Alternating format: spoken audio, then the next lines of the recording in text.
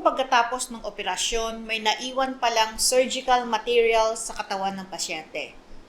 Doktor lang ba ang mananagot o pwede ring managot ang hospital?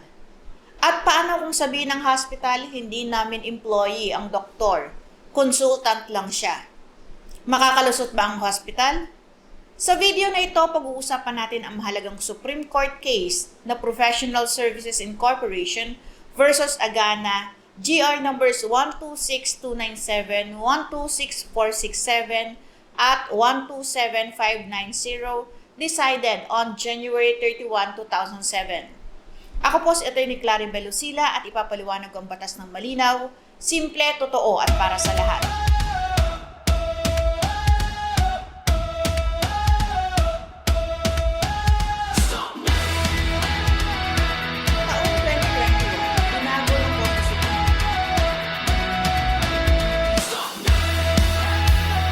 Lang po na this video is for legal education only. Hindi ito medical advice, hindi rin ito attack against doctors, nurses, hospitals, or healthcare workers. Ang pag-uusapan natin ay legal responsibility kapag may medical negligence based on the facts found by the Supreme Court. Sa kasong ito, ang pasyente ay si Natividad Agana. Dinala siya sa Medical City Hospital dahil sa serious medical condition. Pagkatapos ng examinations, sumailalim siya sa surgery. Ang lead surgeon ay si Dr. Ampil. During the operation, may ibang doctor din na tumulong for a specific part of the procedure, si Dr. Fuentes. Pagkatapos ng operation, may important note sa record. May 2 surgical gauze na hindi mabilang o nawawala. In other words, kulang ang sponge count. Ayon sa record, sinabi ito sa surgeon. Naghanap pero hindi nakita. Despite that, the incision was closed. Pagkatapos ng surgery, lumabas ang pasyente sa hospital. Pero hindi nawala ang pain. Lumala pa ang nararamdaman niya. Later on, may surgical gauze na lumabas at may isa pang gauze na nakita and removed during treatment in another hospital. Because of this, nagkaroon ng serious infection and further medical complications. Dahil dito, nagsampa ng complaint for damages ang pasyente and her family laban sa hospital, sa lead surgeon and sa assisting doctor. 3 importanteng legal issues sa kasong ito. Una, liable ba ang lead surgeon for medical negligence? Pangalawa, liable ba ang assisting doctor? At pangatlo, pwede bang managot ang hospital kahit sabihin itong consultant lang ang doctor at hindi regular employee? Una, leaving a foreign object inside the patient may indicate negligence. Sinabi ng Supreme Court na ang operation involving surgical sponges or gauze is not complete until those materials are properly removed. Kapag may naiwan na sponge, gauze, or foreign object inside the patient after surgery, this may raise an inference of negligence. Hindi normal na may naiwan na surgical material sa katawan ng pasyente after surgery. Kung nangyari iyon, kailangang maipaliwanag ng maayos. Sa kasong ito, may record na kulang ang sponge count.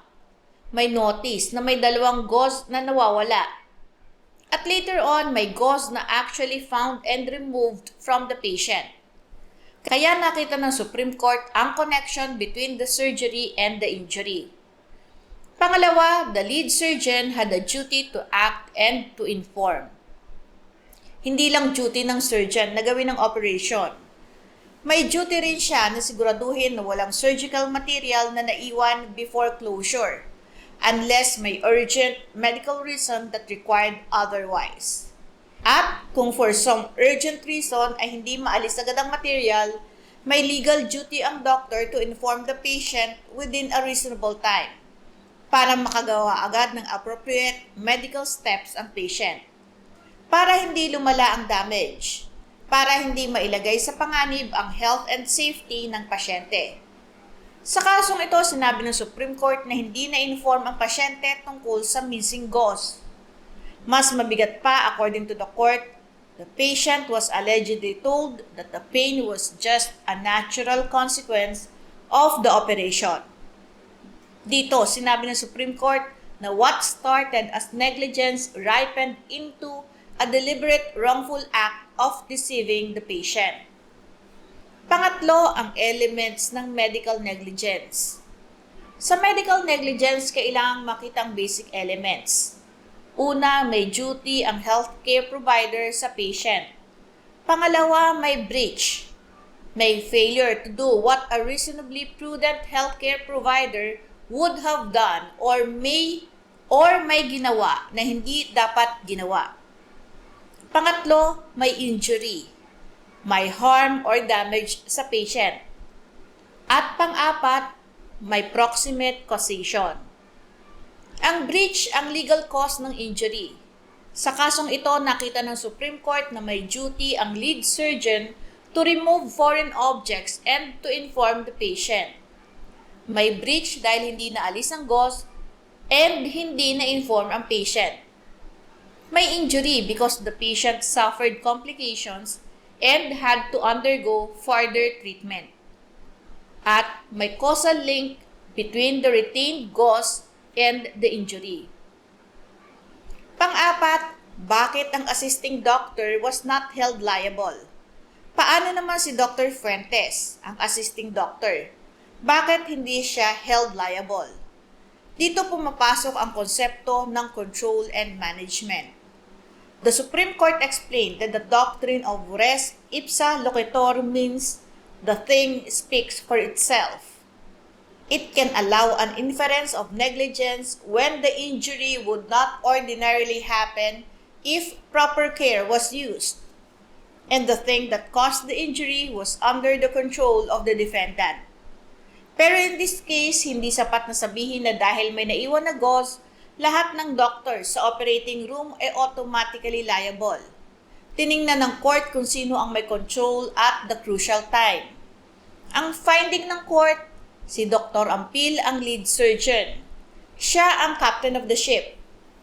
He called the assisting doctor, Dr. Fuentes, checked the assisting doctor's work, allowed him to leave, and later ordered the closure of the incision even after the missing gauze was reported. At the time the incision was closed, wala na ang assisting doctor. Kaya hindi siya held liable based on the facts. Panglima, ang konsepto ng captain of the ship rule. Sa operating room, ang operating or lead surgeon is generally the person in charge of the procedure and the surgical team. The staff and assisting personnel follow the directions of the lead surgeon. Hindi ibig sabihin nito na lahat ng liability lagi sa lead surgeon. But in this case, the Supreme Court used the rule because the lead surgeon had control over the operation, the closure, and the response to the missing gauze report. Kaya siya ang held responsible. Pang-anim, maaari bang maging liable din ang hospital? The hospital argued that the doctor was not its employee, but only a consultant or independent contractor. Kung ganon, sabi ng hospital, dapat doktor lang ang managot. Pero hindi pumayag ang Supreme Court. The court recognized that modern hospitals do more than provide rooms and equipment. Hospitals represent to the public that they provide quality medical care. They accredit doctors. They list doctors in their directory. They allow doctors to practice in their facilities. They benefit from the services provided inside their hospital. Kaya under certain circumstances, the hospital may be liable. Pangpito, ang apparent authority or agency by estoppel. Isa sa legal basis ng hospital liability ay apparent authority, also called agency by estoppel. Kung ang hospital, through its conduct, makes the public reasonably believe that a doctor is connected with or authorized by the hospital may be stooped from later denying responsibility.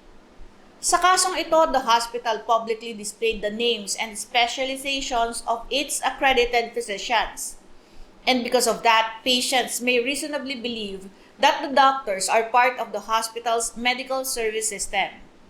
Kaya hindi sapat na sabihin na consultant lang ang doctors at wala silang liability. If the hospital held out the doctor as part of its accredited medical team and the patient relied on that representation, the hospital may be held liable. Pangwalo, may corporate negligence ang hospital. Bukod sa apparent authority, may isa pang important doctrine, ang corporate negligence. Under this doctrine, the hospital may be directly liable for its own negligence. Hindi lang dahil sa negligence ng doctor, may sarili ring duty ang hospital. The hospital has a duty to exercise reasonable care for patients admitted into its facility. This includes reasonable care in maintaining safe and adequate facilities, selection and retention of competent physicians, supervision and monitoring of persons practicing medicine within its walls, and adoption and enforcement of proper rules and policies to ensure quality care. Sa kasong ito, may report from the nurses na may missing gauze. That report should have triggered investigation and action. Pero according to the Supreme Court, the hospital failed to properly investigate and inform the patient. That failure was considered part of the hospital's own negligence. Pangsyam, the hospital has knowledge through its staff. The knowledge of hospital staff may constitute knowledge of the hospital. Kung ang nurses or staff acting within their duties know something important about patients' safety, hindi pwedeng sabihin ng hospital na hindi nila alam. Because a corporation acts through its officers, agents, and staff. Sa kasong ito, the nurses noted that the sponge count was lacking. That information was within the hospital system. Kaya may duty ang hospital to act on it. Pangsampo ang solidary liability ng doktor at ng hospital. The Supreme Court affirmed liability against the lead surgeon and the hospital. The hospital was held solidarily liable with the negligent doctor because aside from vicarious liability, the hospital was also directly negligent in failing to supervise, investigate, and protect the patient after the missing gauze incident was reported. Pero hindi ibig sabihin nito na hospitals are automatically liable for every bad medical result. Medicine is complex. Not every unsuccessful treatment is malpractice. But where there is negligence, breach of duty, failure to investigate, failure to disclose important information, and resulting injury, liability may arise. Ang bottom line ng case natin today, kapag may medical negligence, hindi laging doktor lang ang pwedeng managot. Depending on the facts, the hospital may also be liable, especially if it held out the doctor as part of its medical team. It failed to supervise or investigate, it ignored important safety reports, or it failed to protect the patient after learning of a serious medical concern. The law recognizes that hospitals carry a grave responsibility. They are trusted with human life and health. Kaya ang patient care is not just a medical duty. It can also be a legal duty. This video is for general legal information only and does not constitute legal advice or medical advice. Kung gusto niyo ng malinaw, maingat at practical na paliwanag ng batas, follow and subscribe for more legal education videos. Patuloy po kayong manood, magtanong at matuto ng tungkol sa batas. Magandang araw po, ako si Attorney Claribel Lucila.